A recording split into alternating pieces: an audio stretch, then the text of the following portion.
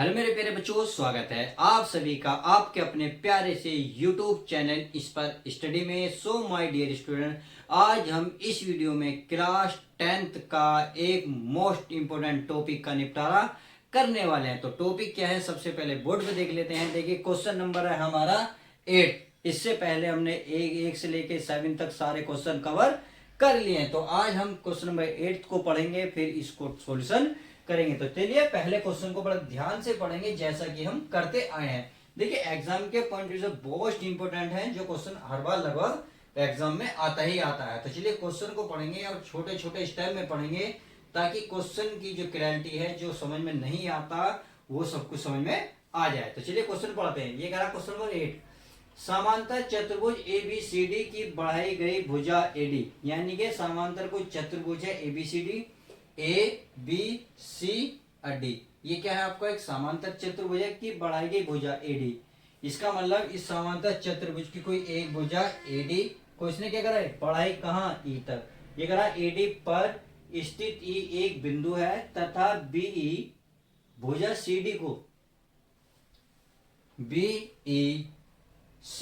यानी कि CD यानी कि BE जो भुजा है ये CD को F पर प्रतिच्छेद करती है। इसका मतलब CD जो भुजा है और BC को बिंदु F पर प्रतिच्छेद यानी कि काटती है।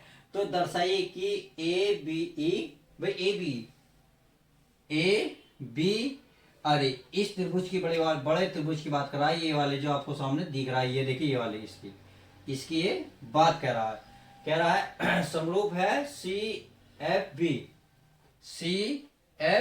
इसका मतलब इस त्रिभुज की बात कर रहा है।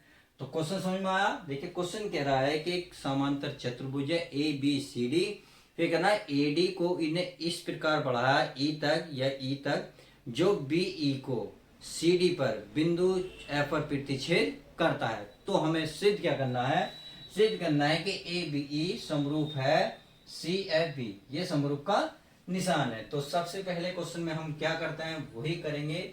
सबसे पहले लिखेंगे हल। क्या लिखोगे दोस्तों, हल में आप पहले लिखोगे फिर दिया है। क्या दिया है, अब क्या दिया है सबसे पहले देखिए इतना लिखोगे। क्वेश्चन में बिल्कुल सेम ऐसे उतार देंगे। इस क्वेश्चन यहाँ से देने से शुरू करा, यहाँ तक इसने क्या है दिया है। तो इस लाइन को आप बिल्कुल उतार देंगे। मैं टाइम वेस्ट इसलिए नहीं कर रहा क्योंकि देखो बच्चों आप इसे उतार लोगे। तो अब करना क्या है, इसको करना।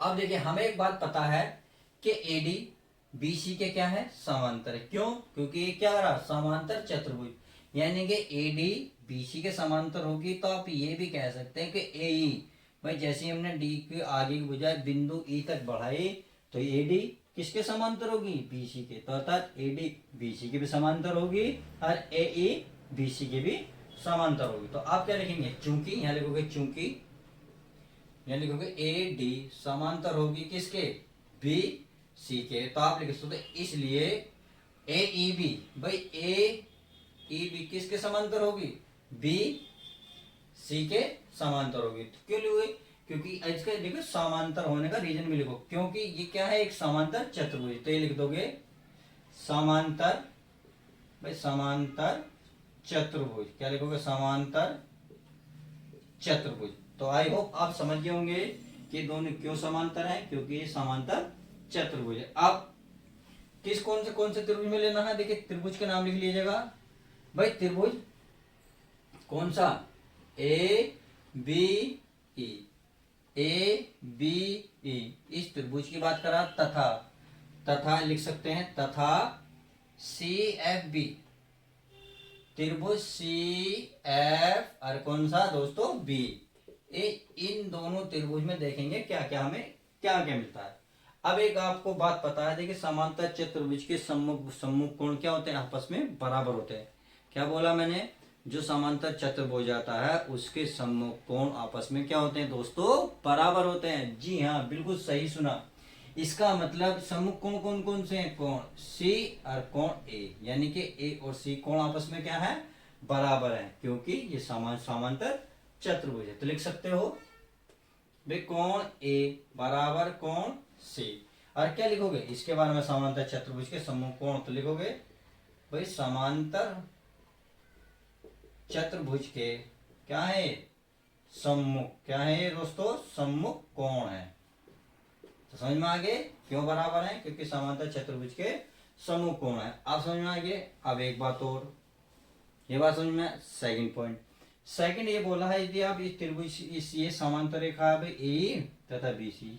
अब जब समांतर दो रेखाएं होती है, इसको एक रेखा प्रतिच्छेद करती है, यानी कि एक तिरछी रेखा, तो आपको मैंने पिछली वीडियो में खूब स्पष्ट बताया था, देखिए बेसिक भी समझाया था कि इसके अंदर बनने वाले कोण आपस में क्या होंगे? बराबर होंगे। क्या होंगे? बराबर।